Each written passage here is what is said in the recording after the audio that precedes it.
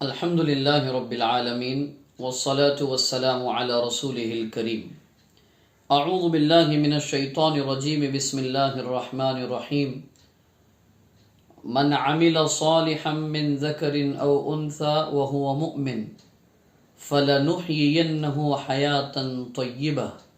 ولنجزينهم أجرهم بأحسن ما كانوا يعملون۔ محترم بزرگوں، دوستوں، عزیز نوجوان ساتھیوں، پردہ نشین ماؤں اور بہنوں اور پیارے بچوں، ڈیلی آن لائن فیملی درس کا یہ گویا کہ آج آخری درس ہے۔ آئندہ ایک اور نئے سلسلے کو لے کر آپ حضرات کی خدمت میں انشاءاللہ حاضری ہوگی۔ تو جو آیت میں نے آپ کے سامنے پڑھی ہے یہ 14ویں پارے کی آیت ہے سورہ نحل کی۔ اللہ تعالیٰ کا ارشاد ہے اس آیت میں کہ تم میں کا جو کوئی مرد ہو یا عورت ہو ایمان کے ساتھ نیک عمل کرتا رہے گا، ہم اس کو حیات طیبہ عطا کریں گے، پاکیزہ زندگی عطا کریں گے۔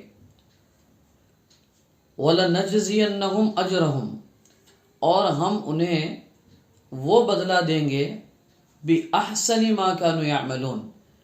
جو ان کے عمل سے کئی زیادہ بہتر اور بڑا ہوا ہوگا۔ یہاں پر غور کرنے کا ایک گویا کہ مقام ہے، اور آج کا یہ درس جو ہے خصوصاً فیملی بیک گراؤنڈ میں اور فیملی ممبرز کے لیے گویا کہ ایک توشیے کی حیثیت رکھتا ہے۔ وہ یہ ہے کہ ایمان اور عمل صالح۔ ایک ایمان تو یہ کہ میں اللہ پر ایمان لائی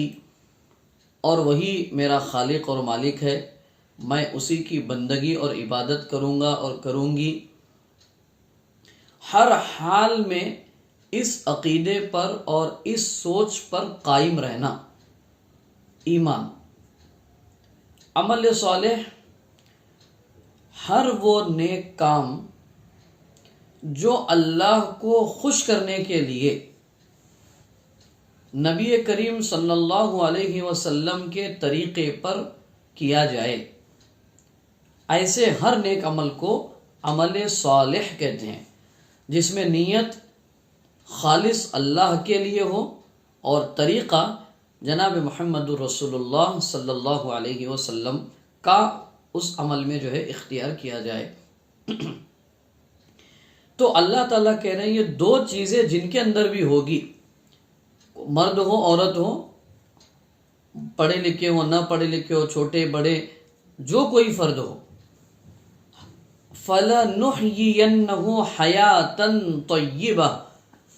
ہم انہیں پاکیزہ زندگی عطا کریں گے۔ کا مطلب یہ ہے پاکیزہ زندگی کیا ہے؟ پاکیزہ زندگی یہ ہے کہ ہم اسے چین اور سکون کی زندگی عطا کریں گے، یعنی کیسی ہی تکلیف اور مصیبت کیوں نہ آ جائے اس کے دل کو ہم مطمئن رکھیں گے، پرسکون رکھیں گے، اور کتنی ہی خوشی کا ماحول ہو وہ اللہ سے غافل اور اللہ کا نافرمان نہیں بنے گا۔ گناہوں سے اس کی زندگی بچتے ہوئے گزرے گی، نیک عمل میں ہمیشہ آگے بڑھتے ہوئے اس کی زندگی گزرے گی، حیاتاً طیبہ۔ مصیبت کی حالت میں اللہ تعالیٰ اسے صبر اور استقامت دیں گے، اور ہر پریشانی کے عالم میں اللہ تعالیٰ اس کے دل کو ایک سکون اور راحت کا گویا کہ انتظام کریں گے۔ یہ ہے حیات طیبہ۔ وَلَنَجْزِيَنَّهُمْ أَجْرَهُمْ، اور ہم ضرور اسے بدلہ دیں گے، ایسا بدلہ جو اس کے عمل سے کئی زیادہ بہتر اور بڑا ہوا ہوگا۔ تو یہ ایشورٹی اللہ کی طرف سے کہ تم جو عمل کرو گے وہ ضائع نہیں جائے گا۔ ایک جگہ اللہ نے ارشاد فرمایا ان اللہ لا یضیع اجر المحسنین، اللہ تعالیٰ بہترین عمل کرنے والے، اچھے کام کرنے والوں کے اجر کو ضائع نہیں کرتا۔ لہذا ہم گھر کے تمام ممبرز آج یہ عزم کریں، ارادہ کریں اور اپنے آپ سے یہ وعدہ کریں کہ پچھلے جو دروس میں، پچھلے جو ہمارے درس میں جو چیزیں گویا کہ ہمارے سامنے آئیں، بالکل بات ہے یہ کہ وہ مکمل نہیں ہے، لیکن جتنی ہے وہ بہت بنیادی حیثیت رکھتی ہیں۔ تو وعدہ کریں، عہد کریں کہ انشاءاللہ ہم اپنے اعتبار سے ان چیزوں کو اپنے اندر پیدا کرنے کی کوشش کریں گے۔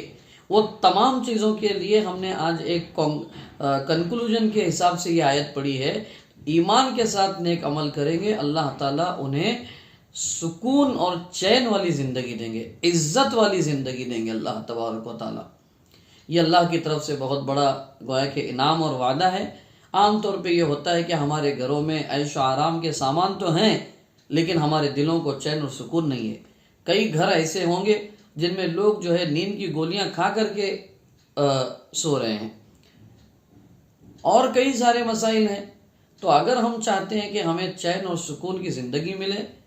تو اس کے لیے ایک کام تو یہ ہے کہ ہر آن ہر گھڑی اللہ پر ایمان اور یقین کے ساتھ زندگی گزارنا، اور مسلسل نیک عمل میں اپنے آپ کو لگائے رہنا۔ اور نیک عمل میں بھی اول درجہ ہے فرائض کا، فرض نماز کا، فرض روزوں کا، فرض زکوٰۃ کا، فرض حج کا۔ یہ جو فرض ہیں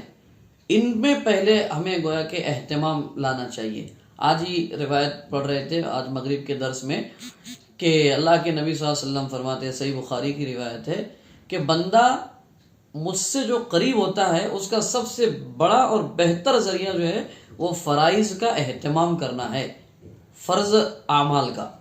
پھر اس کے بعد نوافل کے ذریعے سے بندہ مجھ سے اور زیادہ قریب ہوتا چلا جاتا ہے، یہاں تک کہ میں اس کا ہاتھ بنتا ہوں جس سے وہ کوئی چیز پکڑے، اس کا پیر بنتا ہوں جس کے ذریعے وہ کسی جگہ پر چل کر جائے، اس کی آنکھ بنتا ہوں جس کے ذریعے سے وہ دیکھے، اس کے کان بنتا ہوں جس کے ذریعے سے وہ کچھ سنے، اس کی زبان بنتا ہوں جس سے وہ کچھ کہے۔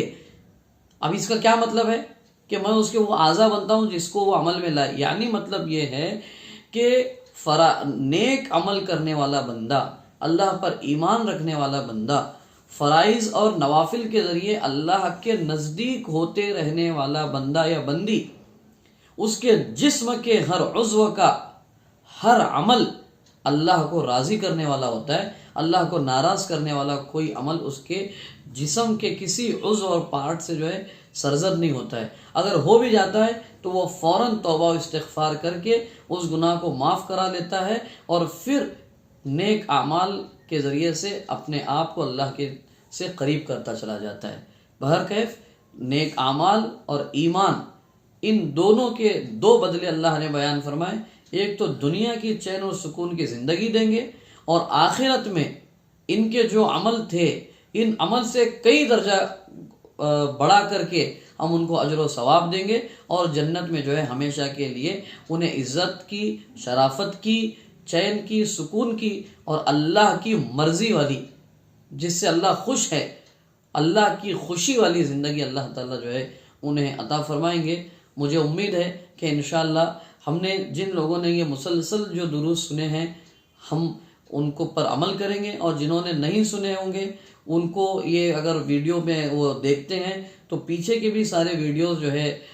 چینل پر ڈالے گئے ہیں، ان کو بھی آپ دیکھ کر کے انشاءاللہ گھر کے ماحول کو بہتر سے بہتر بنانے کی کوشش کریں گے، اور میرے لیے بھی دعا کریں گے کہ انشاءاللہ اللہ تعالیٰ مجھے بھی اس پر عمل کی توفیق عطا فرمائے، تمام امت کو ان چیزوں پر عمل کرتے ہوئے اپنے گھروں کو ایک خوشگوار ماحول سے مزین کرتے ہوئے معاشرے، سماج اور سوسائٹی کو بھی بہتر بنانے کی کوشش کرنے کی اللہ تعالیٰ توفیق عطا فرمائے۔ انشاءاللہ آئندہ کل سے ایک اور نئے سلسلے کے ساتھ آپ حضرات کی خدمت میں حاضری ہوگی۔ دعا کرے اللہ تبارک و تعالیٰ ہم تمام کو صحیح بات کہنے اور اس پر عمل کی توفیق عطا فرمائے۔ وآخر دعوانا ان الحمد للہ رب العالمین۔